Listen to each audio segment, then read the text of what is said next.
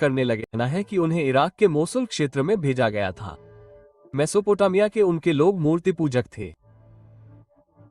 उस समय लोग मूर्ति पूजा करने लगे थे और अन्याय और अनैतिकता जैसे पाप आम हो गए थे। नूह अलैहिस्सलाम को 50 साल की उम्र में पैगंबरी का दर्जा दिया गया।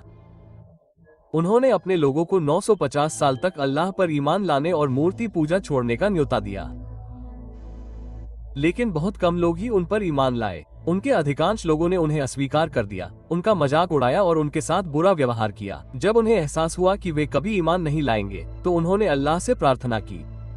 तब अल्लाह ने उन्हें एक बड़ी बाढ़ आने की सूचना दी। अल्लाह के हुक्म से उन्होंने एक बड़ा जहाज बनाया। उसने ईमान वालों और हर जानवर के एक जोड़े को उसमें सवार किया। फिर बड़ी बाढ़ आ गई। आसमान से भारी बारिश हुई, धरती से पानी बहने लगा और जो लोग इनकार करते थे वे डूब गए। बाढ़ 6 महीने तक चली और जहाज आखिरकार माउंट जूडी पर आकर रुक गया। नूह के अपने बेटों में से एक जहाज पर नहीं चढ़ सका और पानी में डूब गया। नूह अलैहिस्सलाम के 3 बेटे थे, साम, हाम और याफित, जो सभी लोगों के पूर्वज बने। इस्लामी इतिहासकारों के अनुसार साम के वंशजों में अरब, यहूदी, असीरियन, बेबीलोनियन, फारसी, सीरियाई और अरामी शामिल है। हाम के वंशजों में अफ्रीकी लोग, मिस्र और इथियोपियाई शामिल है। याफित के वंशजों में तुर्क, यूनानी, रूसी, मंगोल, चीनी, भारतीय और यूरोपीय शामिल है। इन वंशों का वर्णन इब्न कैथिर, तबरी, इबान कैलाल्डन और अन्य शास्त्रीय इस्लामी इतिहासकारों और टिप्पणीकारों जैसे विद्वानों के कार्यों में किया गया है। इसी कारण से एन अलैहिस्सलाम को दूसरे आदम के रूप में जाना जाता है। उन्होंने एक लंबा जीवन जिया और 1000 वर्ष की आयु में उनकी मृत्यु हो गई। कुरान में कई आयतों में उनका उल्लेख है और उन्हें अल्लाह का बहुत आभारी सेवक बताया गया है। हूद अलैहिस्सलाम। हूद अलैहिस्सलाम एन अलैहिस्सलाम के बेटे साम के वंशज थे। उन्हें अद यमन के लोगों के पास भेजा गया था। अद के लोग व्यापार से अपना जीवन यापन करते थे। समय के साथ वे अमीर और शक्तिशाली हो गए। उन्होंने ऊंची इमारतें बनाई, लेकिन वे भ्रष्ट भी हो गए और मूर्तियों की पूजा करने लगे। उन्होंने अन्याय किया, अहंकारपूर्ण व्यवहार किया और अधिक धन के लिए व्यापार में धोखा दिया। हूद अलैहिस्सलाम ने उन्हें अल्लाह पर विश्वास करने के लिए कहा, लेकिन उन्होंने उसे अस्वीकार कर दिया। अल्लाह ने उन्हें पहले सूखे और अकाल से आगाह किया, फिर उसने एक तेज जलती हुई हवा भेजी जिसने उन्हें नष्ट कर दिया।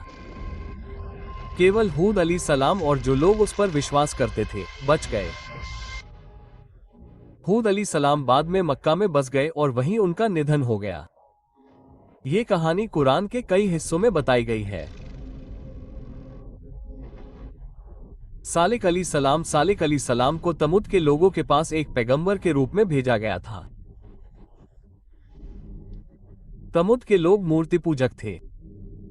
वे प्रौद्योगिकी और वास्तुकला में उन्नत थे, पहाड़ों के अंदर घरों को तराशते थे और मजबूत शहर बनाते थे। सूरह अल आराफ आयत 74 देखें।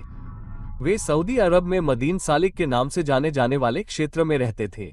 सालिक ने उन्हें अल्लाह पर विश्वास करने के लिए आमंत्रित किया। उन्होंने उससे कहा, यदि तुम हमारी आंखों के सामने इस चट्टान से एक गर्भवती ऊंटनी निकालो तो हम तुम पर विश्वास करेंगे। सल ने अल्लाह से प्रार्थना की और चमत्कार के रूप में एक बड़ी ऊंटनी सबके सामने चट्टान से बाहर आ गई। यह ऊंट अल्लाह की तरफ से एक स्पष्ट निशानी थी। इसका दूध इतना प्रचुर था कि सभी लोग बिना किसी कमी के पी सकते थे। लेकिन कबीले के नेताओं ने कहा कि अगर यह ऊंट यहां रहा तो सल का प्रभाव बढ़ेगा और लोग हमारी बात नहीं मानेंगे। उन्होंने एक गुप्त योजना बनाई और रात के समय ऊंट को मार डाला।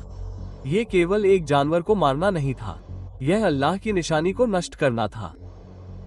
इसके बाद उन्हें 3 दिन की चेतावनी दी गई।